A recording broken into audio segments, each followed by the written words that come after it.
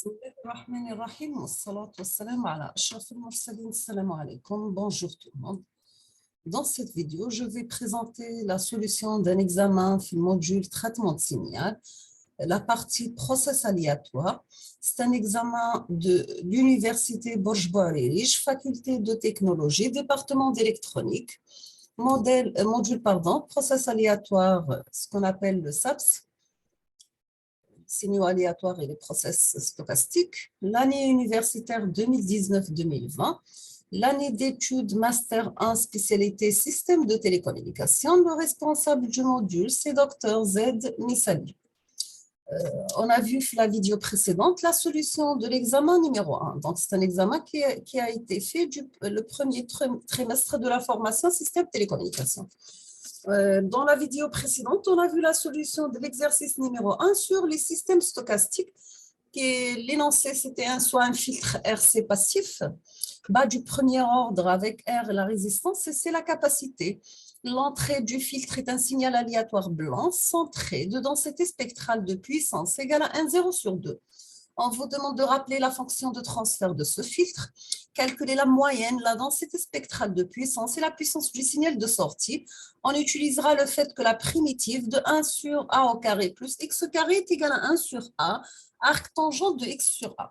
Si vous êtes intéressé, vous regardez la vidéo précédente pour plus de détails. Maintenant, on va faire la correction de l'exercice numéro 2. Donc, sur les systèmes stochastiques, relation de Wiener-Keynesian, soit un process aléatoire N de T stationnaire de fonction d'autocorrélation Rn de taux, tel que Rn de taux est égal sigma au carré de N sinus cardinal de 2 oméga fois taux. On vous demande de déterminer la densité spectrale de puissance Sn de S sur l'intervalle de F inférieur ou égal à oméga. Deuxièmement, déterminer la puissance de ce process. On passe la correction. Nous avons que la densité spectrale de puissance, grand Sn de F égale la transformée de Fourier de la fonction Rn de taux. Maintenant, utilisant la propriété de dualité pour la transformée de Fourier, nous avons que la transformée de Fourier de A rect de T sur grand T est égale à fois T, l'amplitude du signal fois la période, sinus cardinal PFT. Donc, on obtient que la transformée de Fourier de sigma n au carré, sinus cardinal de oméga taux, qui est égal sigma n au carré sur 2 oméga, rect de f sur 2 oméga. D'accord? Pour l'expression complète de la densité spectrale de puissance, nous avons que grand S de n de f est égal à sigma n au carré sur 2 oméga. C'est le module de f inférieur à oméga est égal à 0 autrement. Deuxièmement, nous avons que la distribution de la densité spectrale de puissance sur l'intervalle moins oméga et oméga, elle est uniforme puisque la densité spectrale de puissance, elle est constante. Pour le calcul de puissance, nous avons que la puissance égale, c'est l'intégrale entre moins oméga et oméga de la fonction Sx de f df, donc est égal sigma n au carré sur 2 oméga fois 2 de oméga. On simplifie le 2 avec le 2, oméga avec le oméga. On obtient que la valeur de la puissance égale à sigma n au carré. C'est clair? On passe l'exercice numéro 3 sur les process stochastiques et l'ergodicité, elle est sur 10 points. Donc, l'examen en tout sur 20 points. Soit le process stochastique x de t qui est égal à r cosinus oméga t plus phi. Considérez les cas suivants. Premièrement, c'est oméga est une variable aléatoire de densité de puissance PDF égale P oméga de oméga. Et phi est une variable aléatoire uniformément distribuée sur moins pi et pi. Sachant que oméga et phi sont indépendants, R est une variable réelle. Pour ce process stochastique, on vous demande de calculer la moyenne et la corrélation. Deuxième question, nous avons que R est une variable aléatoire, oméga et phi sont des variables réelles.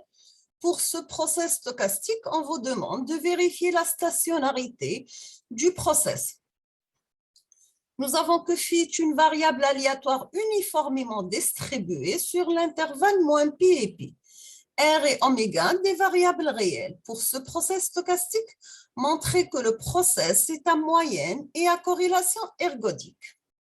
On passe la correction. Nous avons que la question numéro 1 sur 3 points. Donc, soit le process stochastique x de t qui est égal à r cosinus oméga t plus phi. Oméga est une variable aléatoire de densité de probabilité p oméga de alpha. Et phi est une variable aléatoire uniformément distribuée sur moins pi et pi. Donc, oméga et phi sont indépendantes. R est une variable aléatoire réelle. Donc, pour le calcul de la moyenne, elle est donnée par la formule suivante. Nous avons la moyenne mx de t est égale à l'espérance de x de t.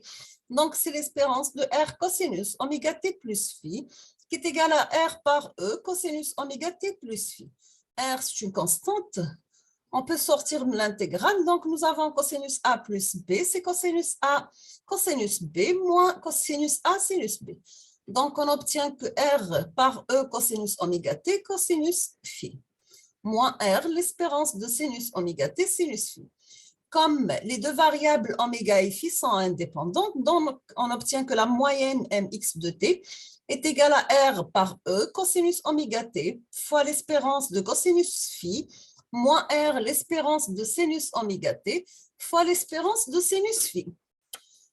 Nous avons que l'espérance de cosinus phi qui est égale à 1 sur 2 pi, un intégral entre moins pi et plus pi de cosinus bêta, dérivé de d bêta, donc est égal à 0. L'espérance de sinus phi est égale à 1 sur 2 pi, l'intégrale entre moins pi et plus pi, sinus bêta, d bêta est égal à 0. On obtient finalement que la moyenne mx de t est égale à 0.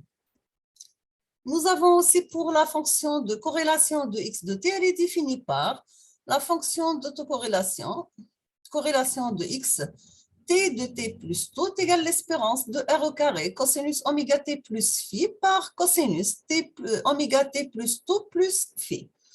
Donc, soit par le même raisonnement, on obtient que r x de t et t plus tau est égal à r au carré sur 2 fois l'espérance de cosinus oméga t plus r au carré sur 2 l'espérance de cosinus de oméga t plus oméga tau plus 2 phi.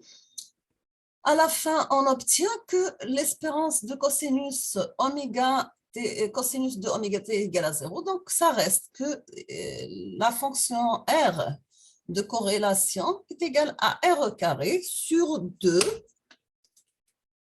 par l'espérance de cosinus oméga tau. Finalement, on obtient que la fonction de corrélation de x, rx de t, t plus tau, est égale à r au carré sur 2 et l'espérance de cosinus oméga tau, c'est un intégral de moins l'infini à plus l'infini de cosinus alpha tau par p de la densité de probabilité oméga 2, alpha d alpha. Deuxième question sur 2 points. Donc, soit le process stochastique x de t qui est égal à r cosinus oméga t plus phi. R est une variable aléatoire. Phi et oméga sont des variables réelles. Sa moyenne, elle est donnée par la formule suivante. Donc, nous avons l'espérance de x de t, c'est égal à cosinus oméga t plus phi, l'espérance de r. Celle-ci n'est constante que c'est l'espérance de r égale à 0. Donc, la corrélation peut s'écrire sous la forme suivante. Donc, Rx de t, t plus tau, c'est l'espérance de x de t par x de t plus tau. Donc, est égal à cosinus oméga t plus phi par cosinus oméga t plus tau plus phi fois l'espérance de r au carré. Donc, on obtient finalement que la corrélation R de x, Rx, t et t plus tau est égale à l'espérance de r au carré sur 2 par cosinus oméga tau plus cosinus de oméga t, de phi et oméga t. Cette dernière expression dépend explicitement de t et de tau. Le process stochastique n'est donc pas un système stationnaire linéaire. La question C, sur 10 points. Donc, soit le process stochastique x de t qui est égal à r cosinus oméga t plus phi. Phi, c'est une variable aléatoire uniformément distribuée sur moins pi et plus pi.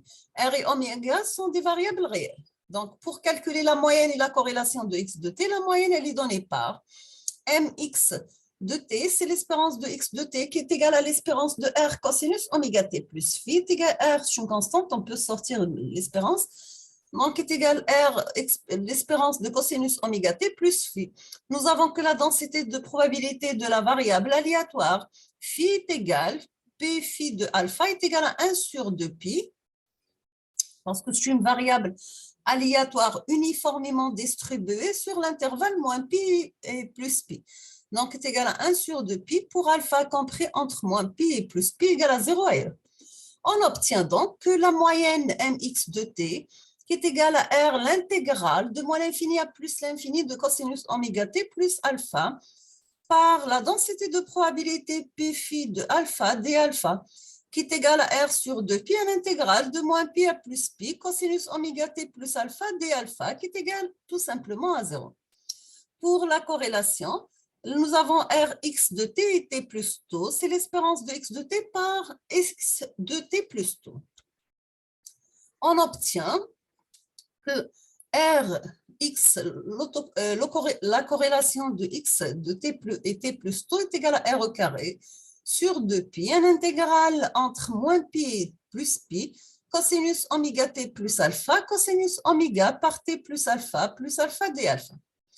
Donc, est égal tout simplement r au carré sur 2 pi, un intégral entre moins pi et plus pi, donc cosinus a fois cosinus b, qui est égal à cosinus a plus b par cosinus, donc est égal à cosinus oméga tau plus cosinus de oméga t, 2 alpha oméga tau d alpha.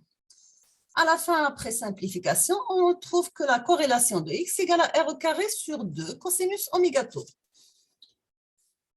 Donc, nous avons que la moyenne de x de t, elle est constante et sa corrélation ne dépend que de taux. Nous avons l'écart entre les deux instants de calcul. R, la fonction corrélation Rx de t et t plus tau est égale à Rx de tau. Donc, le process stochastique x de t, c'est un système stationnaire linéaire. De plus, la fonction Rx de tau, elle est périodique de période égale à 2 pi sur oméga. Deuxième partie, on vous demande de calculer la moyenne temporelle du process stochastique x de t. Donc, nous avons x de bar qui est égal le produit de convolution de x de t qui est égal à la limite de 1 sur 2t quand étant vers l'infini intégrale entre moins t et plus t de r cosinus oméga t plus phi dt. Donc, est égal à tout simplement de r oméga sur 4 pi, un intégral entre moins t0 et t0 de cosinus oméga t plus phi dt, donc est égal à 0. Parce que l'intégrale de cosinus et sinus, sinus entre la période égale à 0. Pour t0 égale à 2 pi sur oméga, donc nous avons x bar, c'est la moyenne de x de t qui est égale à 0. Donc notre process, c'est un process à moyenne ergodique. Pour la moyenne temporelle de la corrélation, r bar de x de tau est égal à la limite de 1 sur 2t quand étant vers l'infini, l'intégrale de moins t à plus t de r au carré cosinus oméga t plus phi par cosinus oméga t plus tau plus phi dt. Donc, est égal à r au carré sur 2t, un intégral entre moins t0 et t0 de 1 demi. Cosinus a, cosinus b, c'est 1 demi cosinus a plus b, cosinus a moins b. Donc, c'est cosinus oméga tau plus cosinus de oméga t plus 2 phi plus oméga tau dt. Donc, est égal tout simplement à r au carré sur 2 cosinus oméga tau.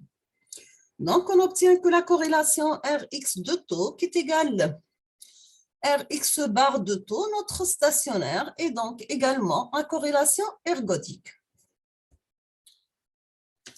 Nous sommes arrivés à la fin de cette vidéo et à la fin de la correction de cet examen. Je vous remercie infiniment pour votre attention et à la prochaine vidéo, Inch'Allah. Merci beaucoup.